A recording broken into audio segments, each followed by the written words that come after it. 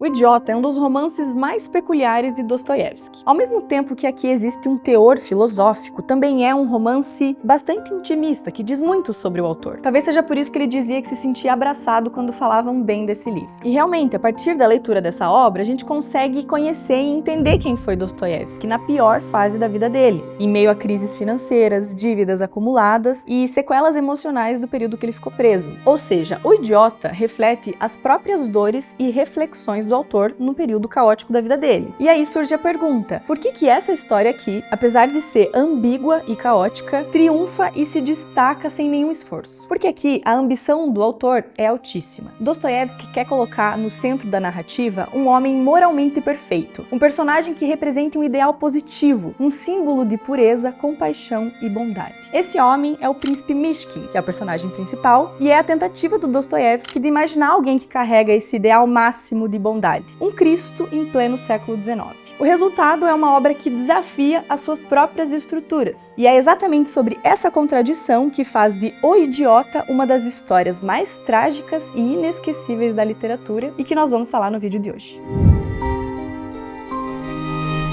Antes da gente entender um pouco mais sobre a história e como ela representa tanto a vida do autor, não se esquece de deixar o seu like aqui embaixo, de se inscrever no canal e compartilhar o vídeo com seus amigos. O Idiota é uma tentativa, talvez a mais ambiciosa do Dostoiévski, de criar um personagem perfeito. Um ideal mesmo, um homem absolutamente belo em termos morais e intocado pela maldade do mundo. Agora pensa o tamanho desse desafio, né? Como que ele conseguiria retratar alguém tão puro, tão íntegro numa sociedade que estava desmoronando? Não é uma tarefa fácil. Mas antes, então, vamos entender por que a Rússia do século XIX era tão complicada, especialmente nesse período que o Idiota foi publicado, ali na década de 60. A Rússia dessa época era um verdadeiro caldeirão fervendo. Em 1861, o czar Alexandre II decretou a emancipação dos servos, que até então eram parte das propriedades rurais que viviam, e, portanto, eram parte das posses da nobreza. Só que essa libertação não resolveu o problema. Os camponeses ganharam poucas terras e ficaram atolados em dívidas gigantes.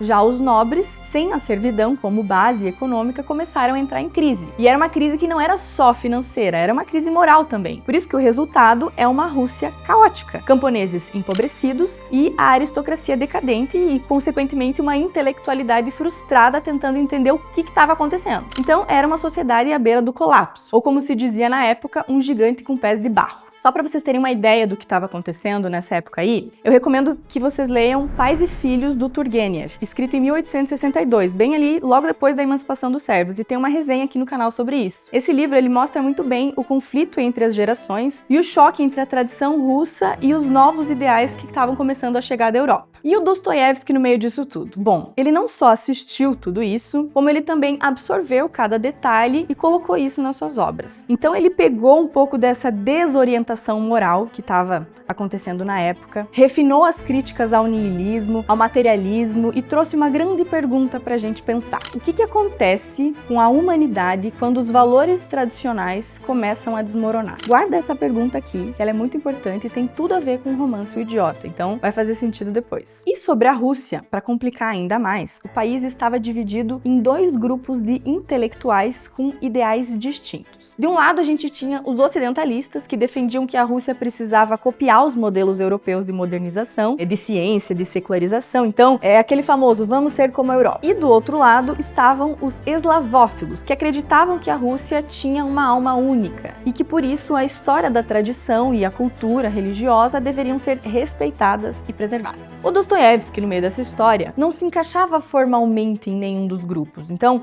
só para vocês entenderem, ele não era preto no branco isso ou aquilo. Ele tinha posicionamento, mas era um tanto quanto ambíguo, sabe? Porque existiam algumas nuances nessa postura que ele tinha. O que é importante para vocês saberem? Para Dostoiévski, e isso a gente encontra na obra do biógrafo Joseph Frank, a ocidentalização seria necessária quando se estivesse falando em ciência, em conhecimento prático, em comércio. Isso realmente não poderia ser ignorado. Mas se estivesse falando em influências espirituais que iluminam a alma, que ilustram o coração, que guiam a mente e mostram o caminho da vida, nesse caso, não se deveria recorrer primeiras fontes da Europa. Porque na visão do Dostoiévski, o povo russo teria sido iluminado há muito tempo quando aceitou o Cristo. Então é como se fosse uma defesa de um nacionalismo espiritual. Na teoria, é como se o Dostoiévski acreditasse que o desenvolvimento moral do indivíduo fosse o verdadeiro caminho e que seria por meio da literatura que ele poderia articular as suas ideias e apresentar uma saída para essa questão. Por isso que na prática a gente consegue enxergar um pouco dessa visão nas suas obras, especialmente em O Idiota. Então vamos entender um pouco melhor sobre o que se trata essa história. O Idiota foi publicado em 1869 e a ideia era simples, ou não tão simples assim. A ideia era mostrar um homem perfeitamente bom e belo, mas num contexto real, cheio de egoísmo, ganância e hipocrisia. E esse homem a gente vai chamar de Príncipe Mishkin. Essa Rússia caótica que eu acabei de explicar para vocês é justamente o palco onde vai surgir o Príncipe Mishkin, porque no meio desse mundo em desordem, o Dostoiévski coloca um personagem que representa o oposto de tudo aquilo. Alguém bom,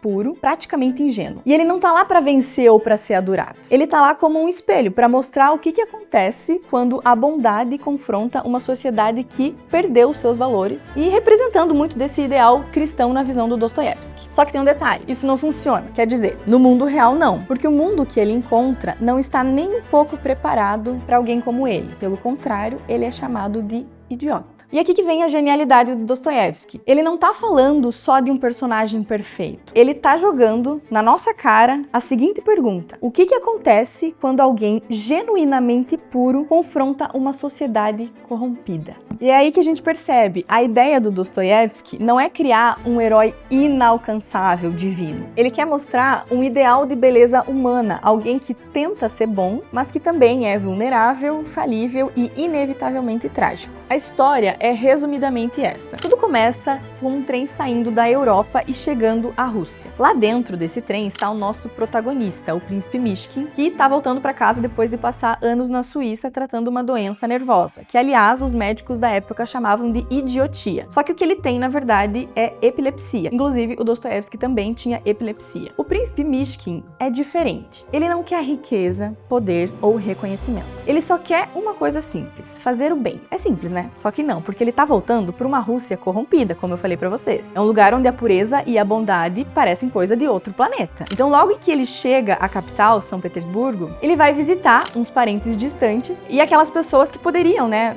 ajudar ele ali numas questões que ele tinha que resolver sobre uma herança inesperada. Mas é Dostoiévski, então nada vai sair como o esperado, porque no lugar de correr atrás do dinheiro, o Príncipe Mishkin acaba se envolvendo com outras pessoas, se colocando em histórias que vão mudar a sua vida por completo. Logo que ele chega a São Petersburgo, o Príncipe Mishkin conhece Anastácia, que é uma mulher marcada por um passado cheio de dor e orgulho. E ele vê na sua alma uma tentativa de poder salvá-la, só que ela não aceita, né? Ela rejeita qualquer redenção. Tem também a Aglaia, que é uma outra mulher jovem, rica, mimada, que se apaixona pelo Mishkin, só que daí de uma maneira mais idealizada, assim, um amor romântico. E também tem o Rogojin, que vai surgir como se fosse um antagonista na história, que é apaixonado pela Anastácia de forma obsessiva e vai levar a trama a um final inevitavelmente trágico. Então, resumo, a história é essa. O que é importante que a gente saiba? O Dostoiévski, nessa obra, não está interessado em finais felizes. Pelo contrário, ele usa o idiota para levar o ideal de bondade ao seu limite extremo. O Dostoiévski, nessa obra, ele apresenta um dos dilemas mais complexos da literatura. Como um homem absolutamente bom pode existir num mundo corrompido? O Príncipe Mishkin, com essa bondade e essa compaixão, ele carrega em si o ideal cristão que tanto Dostoiévski valorizava. Mas a realidade que cerca ele definitivamente não está pronta para isso, né? O que choca tanto e torna o romance trágico. Então, o Príncipe Mishkin, ele é como se fosse um estrangeiro dentro da sua própria terra, alguém que está voltando para um mundo que perdeu seus valores, num mundo em crise, né? Onde existe essa briga entre tradição russa e ideais modernos. E nesse cenário, a bondade ela não é vista como uma virtude, ela é vista como uma fraqueza. Daí vem o nome do livro, O Idiota. O Dostoiévski sabia que essa era uma contradição quase impossível de resolver, né? Como ele mesmo admitiu, O Idiota é uma obra que não alcançou tudo o que ele desejava. Mas talvez essa imperfeição seja parte do que faz o romance tão importante, né? Porque ele tenta criar uma figura absolutamente bela, e quando ele faz isso, ele expõe os limites da bondade humana, né? E ao mesmo tempo as possibilidades, até onde ela pode ir. Então a gente pode dizer que o idiota, ele não nos dá respostas.